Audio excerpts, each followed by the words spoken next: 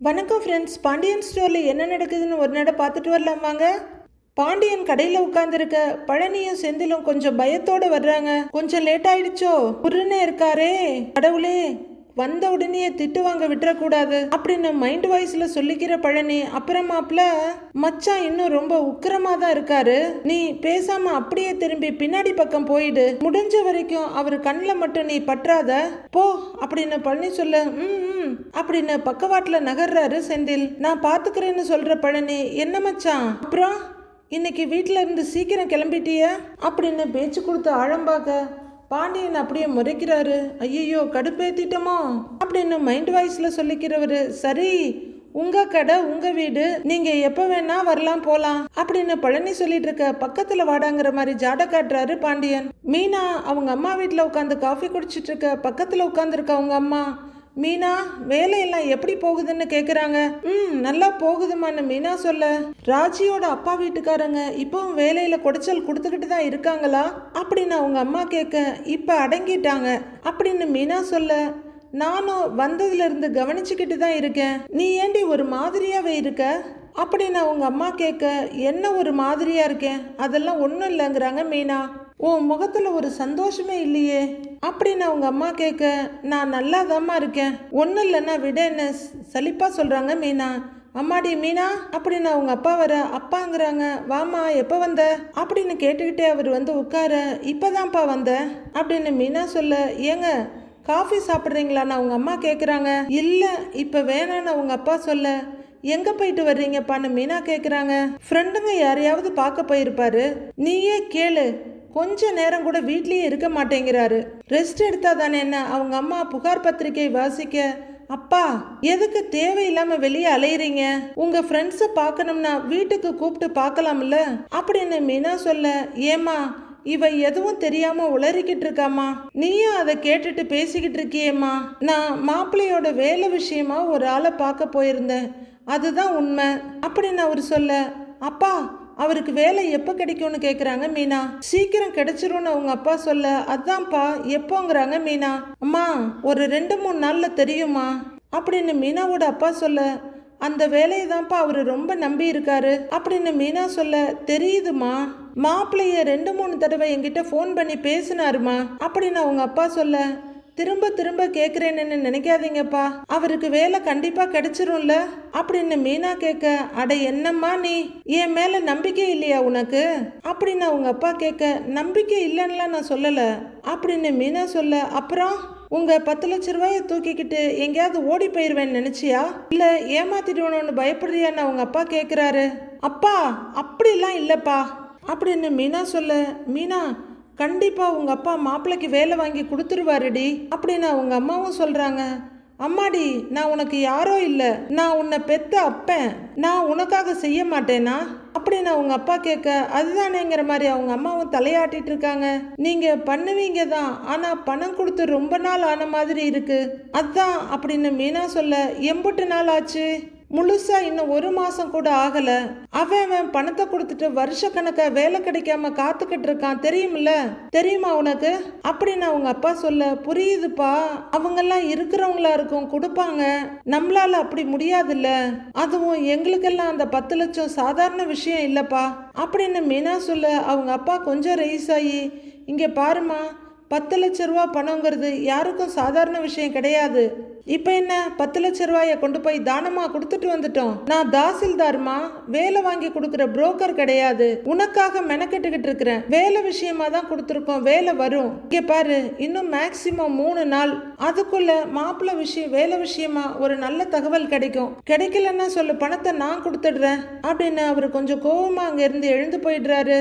மீனா கொஞ்சம் வருத்தமா உட்கார்ந்துருக்க, மீனா நீ அவர் பேச்ச கொஞ்சம் கூட மதிக்கிறதே இல்லை, கல்யாணம் பண்ணிக்கிட்டது முதற்கொண்டு உன் இஷ்டத்துக்கு பண்ணிட்ட, ஆனாலும் அதை மனசுல வச்சுக்காம மாப்பிள்ளை வேலைக்காக அம்புட்டு கஷ்டப்படுறாரு, நீ என்னடான்னா அவரையே சந்தேகப்படுற மாதிரி பேசுறல்ல அப்படின்னு அவங்க அம்மா கேட்க, அம்மா சந்தேகம்லாம் படலம்மா, நீ சும்மா அதெல்லாம் பேசிட்டு இருக்காத, எங்களோட சூழ்நிலை உனக்கு புரிய மாட்டேங்குது அப்படின்னு மீனா சொல்ல, எல்லாம் புரியுது, அப்பா சொல்லியிருக்காருல ஒரு 3 நாள் கொஞ்சம் அமைதியா இரு, வேலை கிடைச்சிரும்னு அவங்க அம்மா சொல்ல, தலையாட்டுறாங்க மீனா.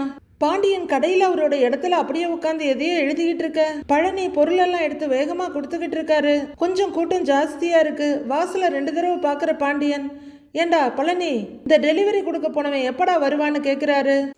நீங்க 6 டெலிவரியும் மொத்தமா கொடுக்க சொல்லி அனுப்பியிருக்கீங்கல்ல, முடிச்சிட்டு வருவாங்கிறாரு பழனி. கஸ்டமர் கிட்ட திரும்பி உங்களுக்கு என்ன வேணும்னு கேட்டுட்டு இருக்க. டேய், அவன் டெலிவரியை முடிச்சுட்டு எங்கேயாவது ஊர் சுத்த போயிருப்பான்டா அப்படின்னு பாண்டியன் சொல்ல பழனி முறைக்கிறாரு. யோ வந்துருவாயா அப்படின்னு குமாரசாமி சித்தப்பு சொல்ல, அட ஏமாமா, கடைக்கு கஸ்டமர் வர்ற நேரம், அதெல்லாம் கொஞ்சமாவது நினப்பு இருக்கா அவனுக்கு அப்படின்னு பாண்டியன் சொல்லிட்டு இருக்க.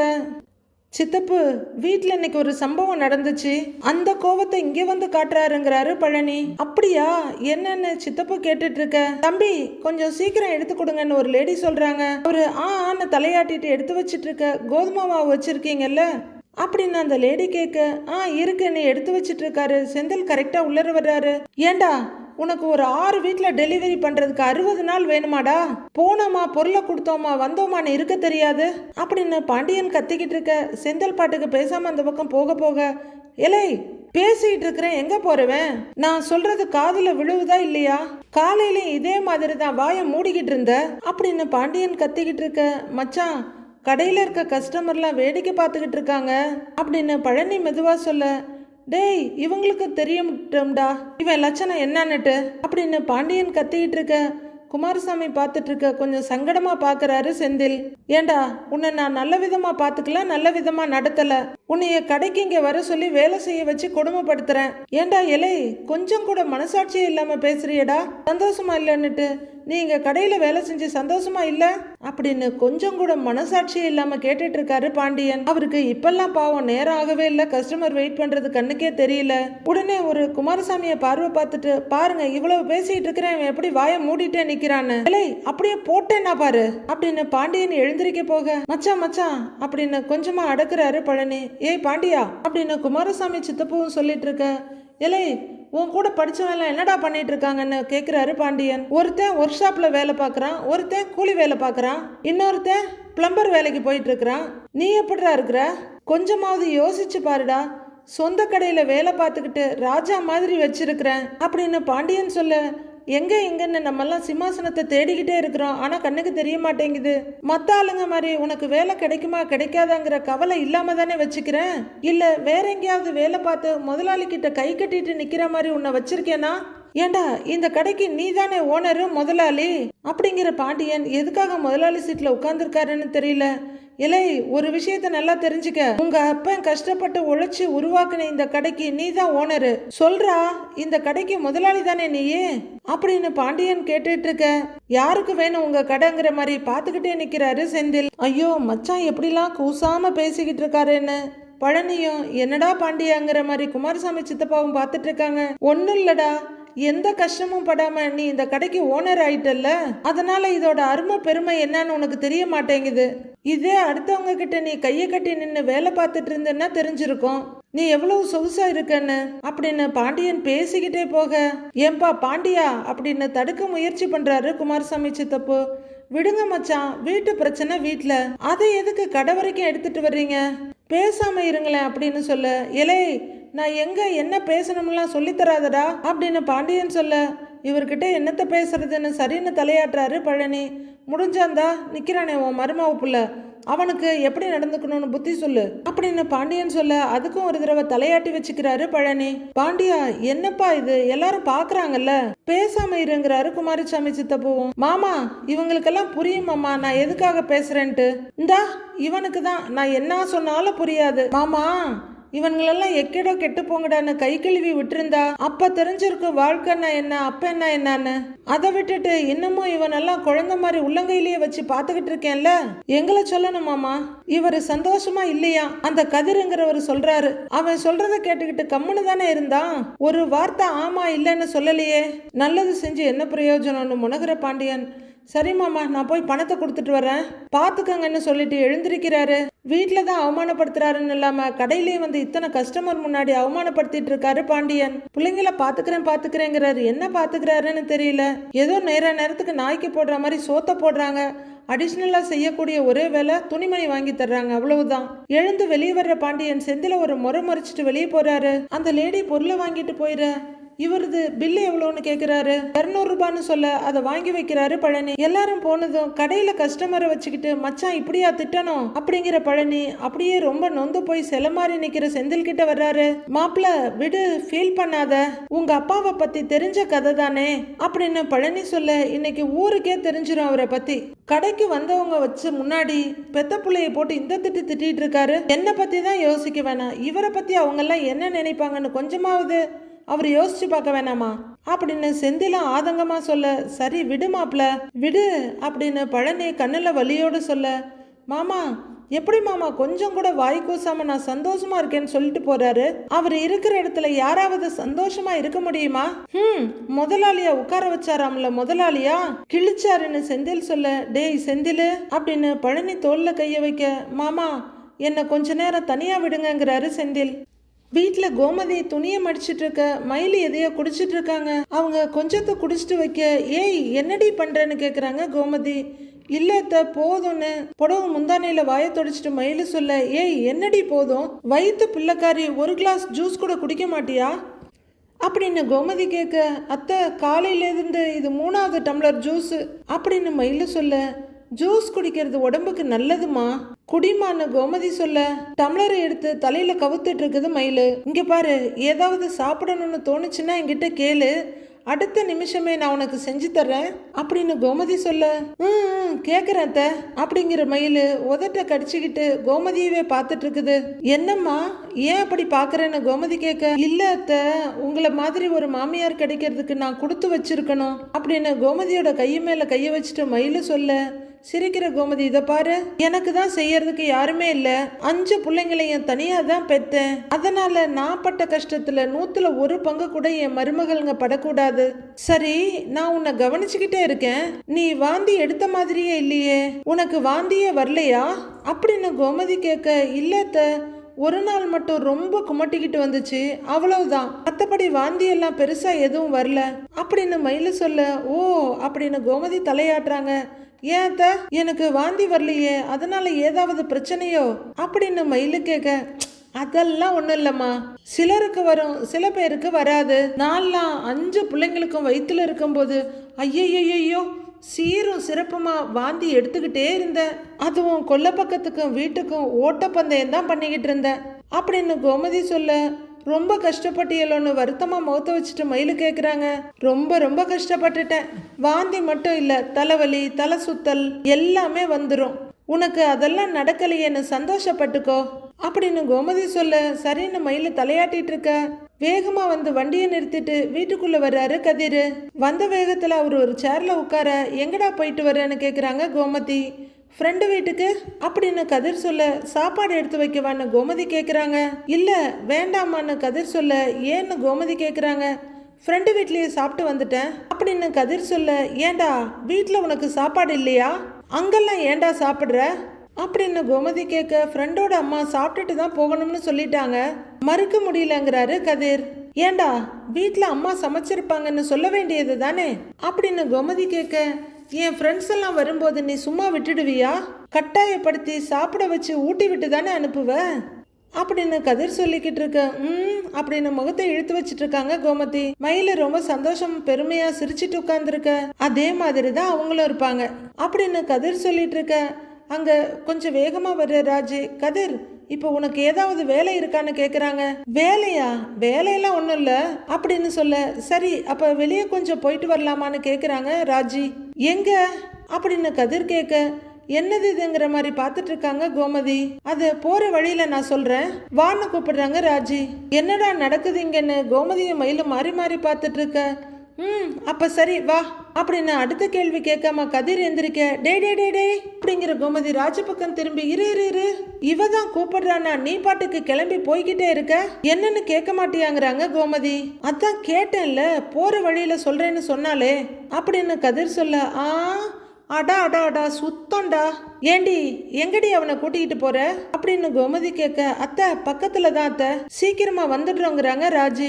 ஏய் உச்சி வெயில் மண்டையை புழக்குதுடி வெளியில அப்படின்னு கோமதி சொல்ல, ஓகே வெயிலே படாம உங்க பிள்ளைய நிழல்லையே கூட்டிட்டு போய் நிழல்லையே கூட்டிட்டு வந்துடுறேன் சரியா, ஓகேவான்னு கோமதி கிட்ட ராஜு கேட்க, அப்படின்னு தலையாட்டுற கோமதி ஏன்னு சொல்ல வர, அத்தை பதறாதீங்க, உங்க பையனை பத்திரமா கூட்டிட்டு வர வேண்டியது ஏன் பொறுப்பு அப்படின்னு ராஜு சொல்ல, ஷோ அப்படின்னு கோமதி கன்னத்துல கைய வச்சுக்க, போலாமான்னு கதிர்கிட்ட ராஜு கேக்குறாங்க. போலாம் போலாம் அப்படிங்கிற கதிர், வரோமா வரோன்னு சொல்ல, பையத்த பையக்கா அப்படின்னு ராஜியும் போறாங்க. ஆன்னு வாயை திறந்து பார்த்துட்டு இருக்காங்க கோமதி.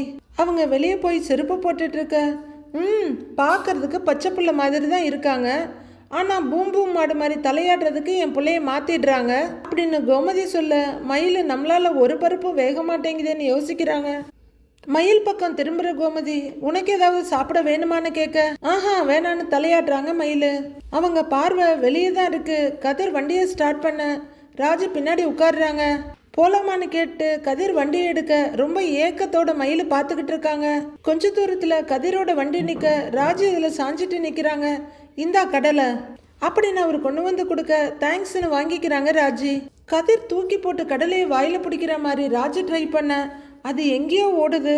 சிரிக்கிற கதிர், என்ன இது இன்னொரு தடவை ட்ரை பண்ணுங்கிறாரு. ராஜி மறுபடியும் ட்ரை பண்ண, அதுவும் எங்கேயோ போய் விழுது.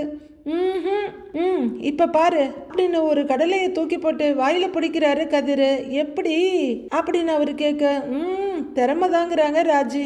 இந்த திறமையெல்லாம் வச்சுட்டு என்ன பண்றது, இந்த கடலைக்காக தான் இந்த வேகாத வெயில்ல வண்டி ஓட்ட வச்சியா அப்படின்னு கதிர் கேட்க, ஆமா நீ எதுக்கு மாமா கிட்ட அப்படி கத்துறேன்னு கேக்குறாங்க ராஜி. நான் பொறுமையா தான் பேசுறேன் அப்படின்னு கதிர் சொல்லிட்டு இருக்க, இதுதான் பொறுமையா பேசுற லட்சணமா, வீடுன்னு இருந்தா பெத்தவங்க பிள்ளைங்களை கேள்வி கேட்க தான் செய்வாங்க அப்படின்னு ராஜி சொல்ல, கேள்வி கேட்கட்டும், கேள்வி கேட்கறவங்க நான் சொன்ன பதிலையும் ஏத்துக்கணும் இல்லைங்கிறாரு கதிர். அத நான் பாத்துக்கிறேன்னு சொல்றதெல்லாம் ஒரு பதிலா அப்படின்னு ராஜி கேட்க, அரை பனைமரம் ஒசரம் வளர்ந்ததுக்கு அப்புறமும் நீங்களே என்ன பாத்துக்கோங்கன்னு சொல்றது நியாயமா அப்படின்னு கதிர் கேட்க, எனக்கு முதல்ல பதில சொல்லு, வாழ்க்கையில என்னதான் ஆகலாம்னு முடிவெடுத்திருக்க அப்படின்னு ராஜு கேட்க, என்ன ஆவேன்லாம் எனக்கு தெரியல, ஆனா கண்டிப்பா ஏதோ ஒன்று ஆயிடுவேன் அப்படின்னு கதிர் பெருமையா சொல்ல, இங்க பாரு ஒரு எக்ஸாம்பிளுக்கு சொல்றேன், நான் போலீஸ் ஆகுறேன்னு வச்சுக்கோ அப்படின்னு ராஜு சொல்ல, ஏய் என்ன எக்ஸாம்பிள் கிடையாது, நீ கண்டிப்பா போலீஸ் ஆகுற அப்படின்னு கதிர் சொல்ல, ஆகிறேன், அதே மாதிரி நீயும் கெத்தா ஏதாவது ஆக வேணாமான்னு கேக்குறாங்க ராஜி. நான் நல்ல வேலைக்கு போய் நீ அப்படின்னு ராஜி சொல்லிட்டு இருக்க, என்ன நிறுத்திட்ட முடி, நான் நல்ல வேலைக்கு போய் நீ வாடகை வண்டி ஓட்டினா நல்லா இருக்காதுன்னு சொல்ல வர்ற அதானே அப்படின்னு கதிர் கேட்க, அப்படியெல்லாம் இல்ல அப்படின்னு ராஜி யோசிச்சுட்டு நிக்க, இங்க பாரு நான் கேப் டிரைவராகவே எல்லாம் இருக்க மாட்டேன், நான் அப்படியே ஏதாச்சும் பண்ணுவேன் அப்படின்னு கதிர் சொல்ல, அது வரைக்கும் மாமா சொன்ன மாதிரி கடைக்கு போலாம் இல்லைன்னு கேக்குறாங்க ராஜி. அதை மட்டும் செய்ய மாட்டேன்ப்பா, சம்பளம் கொடுக்கறேன்னு கூப்பிடுவாரு, அங்க போனதும் வேற மாதிரி பேசுவாரு, சொந்த கடையிலேயே வேலை பார்க்கறதுக்கு சம்பளம் கேப்பியா, டேய் இந்த கடையே ஒண்ணுதான்டா அப்படின்னு கேட்பாரு அப்படின்னு பாண்டியனை பத்தி அச்சரம் பிசகாம அப்படியே சொல்றாரு கதிர். சம்பளத்தெல்லாம் விடு, ஒரு 10 வயசு பையனை நடத்துற மாதிரி நடத்துவாரு, அதெல்லாம் நமக்கு செட்டே ஆகாதுப்பா அப்படிங்கிற கதிர். ராஜா அப்படியே நின்றுட்டு இருக்க, ஆமா தேவையில்லாம நீ என்ன பத்தி ஏன் இவ்வளவு யோசிச்சு கவலைப்படுறேன்னு கேக்குறாரு.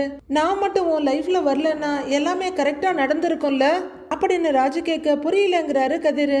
இல்ல தேவையில்லாத பொறுப்புகள்லாம் வந்திருக்காது, மாமாவுக்கு உன் மேல கோபம் வந்திருக்காது, உனக்கு அரியர் வந்திருக்காது, நீ நல்லா படிச்சு நல்ல மார்க் வாங்கி நல்ல வேலைக்கு போயிருந்திருப்ப அப்படின்னு ராஜு சொல்ல, கரெக்டு தான், என் லைஃப் இப்படி ஆனதுக்கே நீ தான் காரணம் அப்படின்னு கதிர் பட்டுன்னு சொல்லிட. ஒரு செகண்ட் சங்கடப்படுற ராஜு சாரிங்கிறாங்க. சிரிக்கிற கதிர், நான் சிவகங்கைக்கே கலெக்டர் ஆகணும்னு எங்க அப்பா ஆசைப்பட்டாரு, ஒருவேளை அந்த ஆசையை நான் நிறைவேற்றினேன்னு வச்சுக்கோயே, அப்பவும் என்கிட்ட இதே மாதிரி கோபமா தான் பேசுவாரு. நானும் எங்க அப்பாவும் எப்பவுமே அப்படிதான், எலியும் பூனையும் மாதிரி தான். அப்புறம் அந்த அரியர், எந்த சுச்சுவேஷன்லையும் நல்லா படிச்சு நல்ல மார்க் எடுக்கிறது தான் ஒரு ஸ்டூடெண்டோட அழகு. ஆனா நான் நல்ல ஸ்டூடெண்ட் எல்லாம் இல்லையே, அந்த பழி எதுக்கு ஓ மேல தூக்கி போடணும்னு கேக்குறாரு கதிர். அது இல்ல அப்படின்னு ராஜு தயங்கிட்டு நிக்க, இங்க பாரு எனக்கு ஒரு முக்கியமான வேலை இருக்கு, நீ நல்லா படிச்சு போலீஸ் ஆகுறது தான் உன் வேலை, அதை மட்டும் பாரு, மற்றது எல்லாத்தையும் தூக்கி உன் மண்டையில போட்டுக்கிட்டு இருக்காத.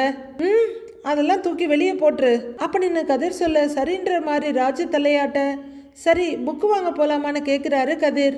ராஜு சரின்னு தலையாட்ட சரி வா உட்காரு போலாம் அப்படின்னு வண்டியை எடுக்கிறாரு கதிர். கதிர் காஃபி கப்பை வாங்கிட்டு வந்து செந்தில் கிட்ட கொடுக்க அவரும் வாங்கிக்கிறாரு. காலையில நான் அமைதியா இருந்திருக்க கூடாதோ, பேசி இருக்கணுமோங்கிறாரு செந்தில். நீ எதை கேக்குற அப்படின்னு கதிர் கேட்க, அதான்டா உனக்கும் அப்பாவுக்கும் இடையில நடந்த வாக்குவாதத்துக்கு இடையில என்னை இழுத்து விட்டாகல்ல, அப்ப நான் அமைதியா இருந்திருக்க கூடாதுன்னு நினைக்கிறேன், பேசி இருந்திருக்கணுங்கிறாரு செந்தில். ஏன்னு கடையில வச்சு அப்பா எதுவும் சொன்னாரான்னு கதிர் கேட்க, தாம் தூம்னு குதிச்சாருடா. அந்த உருப்படாதவன் தான் வாய்க்கு வந்ததெல்லாம் பேசுறான்னா நீ எதுக்கு அமைதியா உட்கார்ந்துருக்கன்னு கேக்குறாருடா அப்படின்னு செந்தில் சொல்ல, சாரிண்ணே உன்னை திட்டு வாங்க வைக்கணும்னு நான் எதுவும் சொல்லலன்னு அப்படின்னு கதிர் சொல்ல, டேய் எலை எனக்கு எதுவும் தெரியாதாடா, ஆனா நானுமே அமைதியா இருந்திருக்க கூடாதுதான். பொய்யா இருந்திருந்தாலும் கூட நான் கடையில் வேலை பார்க்கும்போது சந்தோஷமா தான் இருக்கேன்னு சொல்லியிருக்கணும், சொல்லாம விட்டுட்டேன் அப்படின்னு செந்தில் ரொம்ப வருத்தமா சொல்ல, எதுக்குன்னே பொய் சொல்லணும் அப்படின்னு கதிர் கேட்க, அரசி விஷயத்துல ஏற்கனவே அப்பா ரொம்ப உடைஞ்சு போயிருக்காரு, இந்த நேரத்துல நாமளும் நம்ம பங்குக்கு அவரை கஷ்டப்படுத்த கூடாதுல்ல அப்படின்னு செந்தில் சொல்ல, கரெக்டு தானே, அதே நேரம் அப்பா கஷ்டப்படக்கூடாதுன்னு நாமளும் கஷ்டப்பட்டுக்கிட்டே இருக்கக்கூடாதுன்னு அப்படின்னு கதிர் சொல்ல, கடைக்கு வந்த கஸ்டமர் முன்னாடி வச்சு அப்படி திட்டினாருடா. ஆனா இதெல்லாம் கொஞ்ச நாளைக்கு தான்டா, 1 வாரமோ இல்ல 2 வாரமோ, அதுக்கப்புறம் வேலை கிடைச்சிரும்டா, அதுக்கப்புறம் இந்த மாதிரி பிரச்சனை எல்லாம் வரவே வராது அப்படின்னு செந்தில் நம்பிக்கையா கொஞ்சம் சந்தோஷத்தோட சொல்றாரு. வேலை கன்ஃபார்மா கிடைச்சிருமா அப்படின்னு கதிர் கேட்க, டேய் என்னடா அப்படின்னு செந்தில் கேட்க, இல்லைண்ணே ஒன்றும் இல்லைண்ணே அப்படின்னு கதிர் சொல்ல, ஏதோ கேட்க வந்துட்டு அப்படியே நிப்பாட்டின மாதிரில இருக்கு அப்படின்னு செந்தில் சொல்ல, இல்லைண்ணே வேலை கன்ஃபார்மாக கிடைச்சிருமான்னு தான் கேட்க வந்தேன் அப்படின்னு கதிர் சொல்ல, இலை என்னடா இப்படி பேசுற, அதுக்காக தானேடா 10 லட்ச ரூபா சொலையா கொடுத்துருக்கு அப்படின்னு செந்தில் சொல்ல, அதைத்தான் அண்ணி திருப்பி வாங்கிட்டாங்களேங்கிறாரு கதிர், அதனால தான் எனக்கு டவுட் வந்துச்சு அப்படின்னு கதிர் சொல்ல, திருப்பி வாங்கிட்டாளா, இது எப்போன்னு கேட்குறாரு செந்தில். இது அவருக்கு புது நியூஸா இருக்கு, ஆனா மீனா கதிர்கிட்ட சொன்னதை வச்சு கதிர் பேசிக்கிட்டு இருக்காரு, அதானே உமையாள் அத்தைக்கு கொடுக்கறதுக்கு அண்ணி அவங்க கிட்ட இருந்து காசை திருப்பி வாங்கிட்டாங்க தானே அப்படின்னு கதிர் சொல்ல, இலை அப்படி உங்ககிட்ட யாரா சொன்னான்னு கேக்குறாரு செந்தில். அண்ணி தான் சொன்னாங்கன்னு கதிர் சொல்ல, அந்த காசெல்லாம் திருப்பி வாங்கலடா, அதை வாங்கவும் முடியாது, மீனா லோன் போட்டு தான் 10 லட்ச ரூபாயை கொண்டு வந்து கொடுத்துருக்காடா அப்படின்னு செந்தில் சொல்ல, அதிர்ந்து போய் பார்க்குற கதிர், அடடா அண்ணி இவ்வளோ கஷ்டப்பட்டிருக்காங்களான்னு பாவமாக பார்த்துட்டு நிற்கிறாரு. மீதி என்ன நடக்குதுன்னு மண்டே பார்க்கலாம் friends. Have a happy weekend. Thank you.